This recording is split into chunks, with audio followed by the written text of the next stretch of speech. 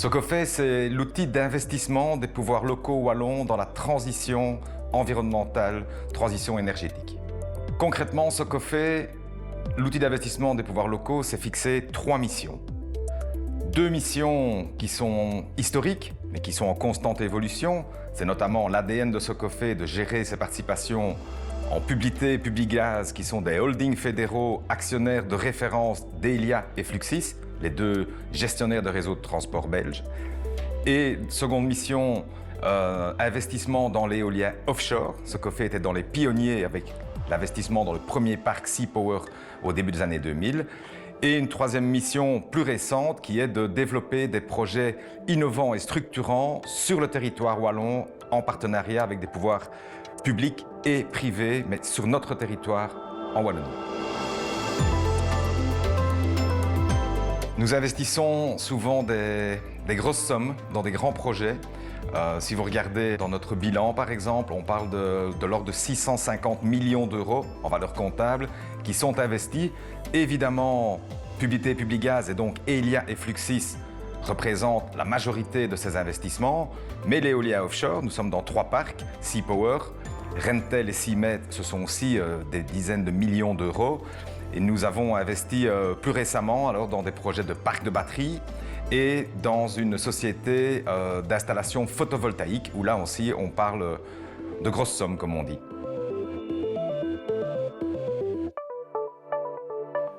Ce sont des gros moyens et ce qu'on escompte, ce sont de bons résultats en effet puisque l'objectif de Socofé, outre le fait évidemment de participer à la transition énergétique, outre le fait de participer à la dynamisation de l'économie de notre région et d'en faire profiter évidemment finalement les citoyens belges et surtout wallons, il s'agit aussi d'aller chercher des dividendes puisque comme vous le savez, derrière Socofé, ce sont in fine les pouvoirs locaux.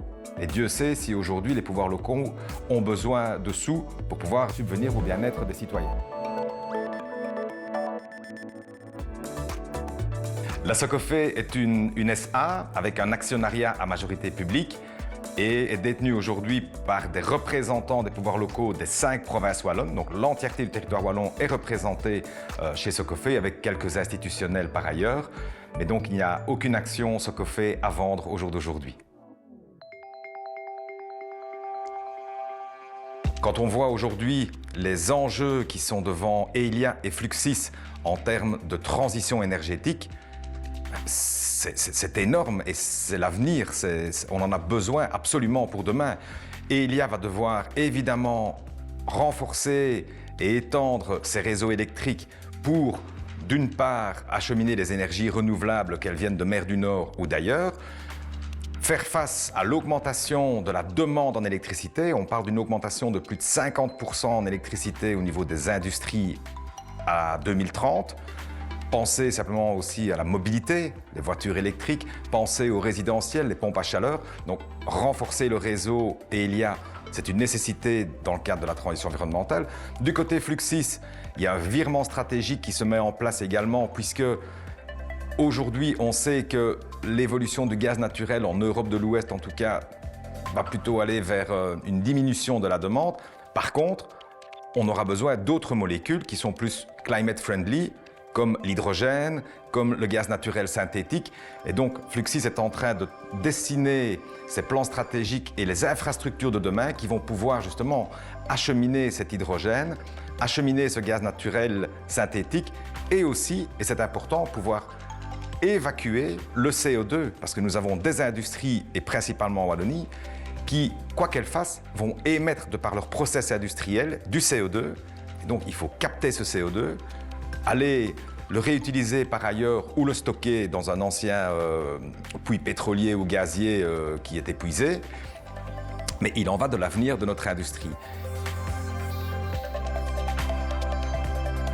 On a la volonté de rester focus. Donc on a une stratégie qui a été définie, validée par le conseil d'administration de Socofé et on a 3 axes bien définis en voie de développement et nous poursuivons dans les investissements de ces 3 axes.